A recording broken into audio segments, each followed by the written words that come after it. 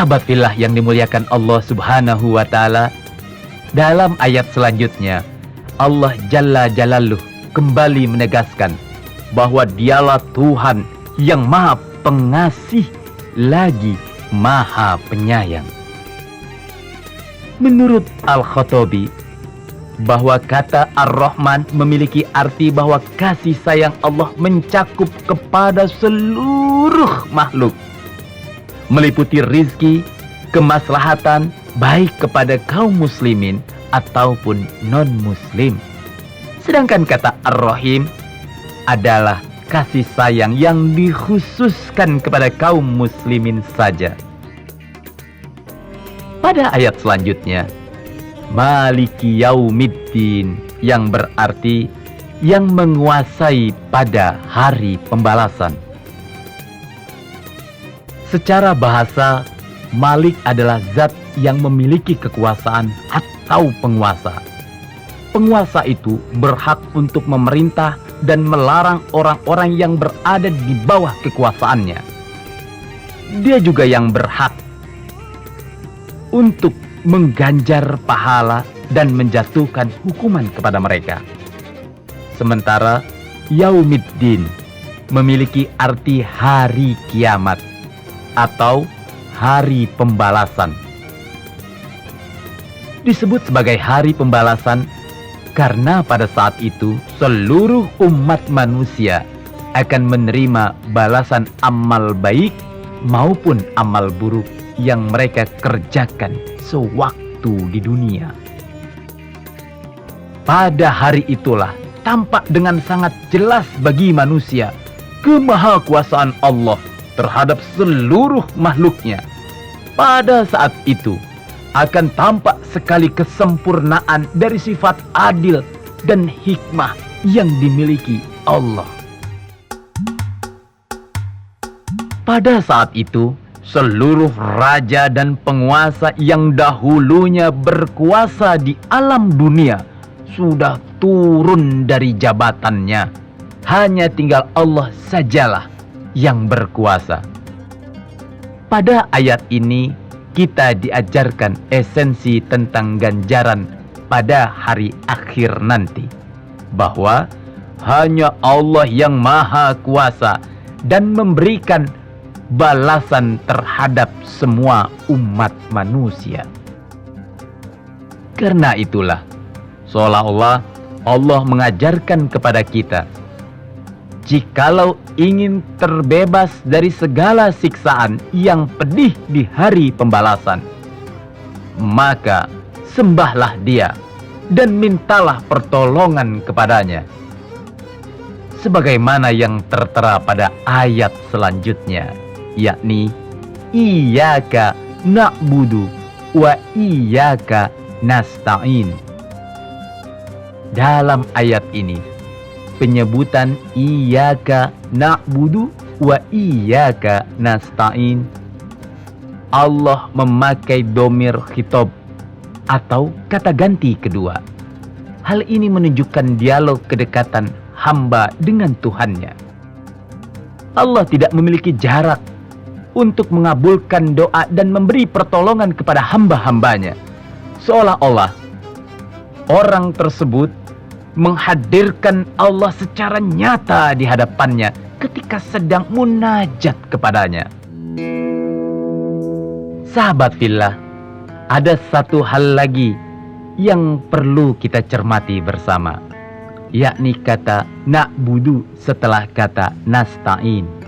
Artinya, kita mesti mengabdi dahulu, menjalankan kewajiban kita sebagai hamba. Baru setelah itu meminta pertolongan sebagai salah satu hak yang akan diperoleh bagi hamba yang taat. Subhanallah, begitu halus dan tertatanya susunan kata demi kata yang Allah tulis dalam Al-Quran ini. Sahabat fillah, al-insanu ma'lul khata' wan nisan. Manusia itu tempatnya salah dan lupa. Oleh karena itu, sebagai umat muslimin, kita harus terus berdoa agar Allah Subhanahu wa Ta'ala memberi hidayah kepada kita, sebuah jalan yang lurus. Hal inilah yang Allah tekankan kepada kita pada ayat ke-6 surat Al-Fatihah, yakni Ihdinas siratal mustaqim. Jalan lurus itu adalah jalan yang terang dan jelas, serta mengantarkan orang yang berjalan di atasnya untuk sampai kepada Allah dan berhasil menggapai surganya. Adapun hakikat jalan lurus adalah memahami kebenaran dan mengamalkannya. Dan yang dimaksud dengan hidayah di atas jalan lurus ialah hidayah untuk bisa memahami dan mengamalkan rincian-rincian ajaran Islam.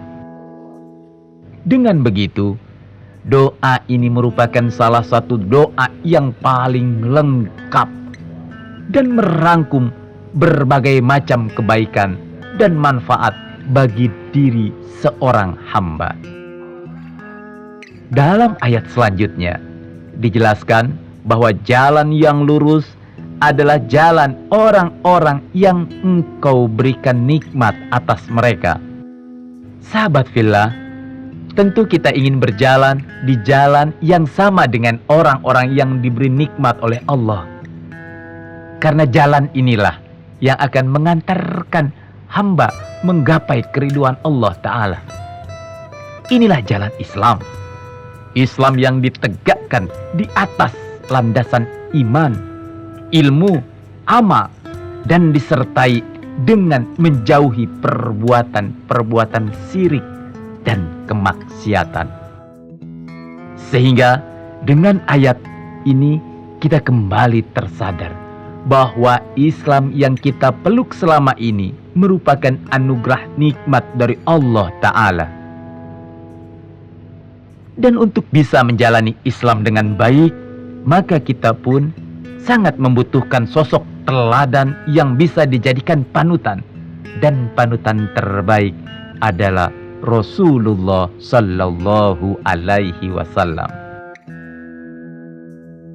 Kita harus mengikuti beliau agar kita dapat terhindar dari jalan yang dimurkai Allah Subhanahu wa Ta'ala, sehingga kita tidak tersesat sebagaimana yang ditulis dalam akhir ayat ke-7 surat Al-Fatihah. Sahabat fillah, lalu siapa yang Allah maksud dengan orang yang dimurkai? Mereka adalah orang yang sudah mengetahui kebenaran, akan tetapi tidak mau mengamalkannya. Contohnya adalah kaum Yahudi, kaum kafir Quraisy, dan semacamnya. Sedangkan orang yang tersesat adalah orang yang tidak mengamalkan kebenaran gara-gara kebodohan dan kesesatan mereka, seperti orang-orang Nasrani, Majusi, dan semacamnya. Sahabat fillah, semoga hikmah yang tersimpan dalam surat Al-Fatihah ini menjadi landasan agar kita menjadi orang soleh yang selalu menjadikan Allah Subhanahu wa Ta'ala sebagai tujuan. Amin, amin, ya Rabbal Alamin.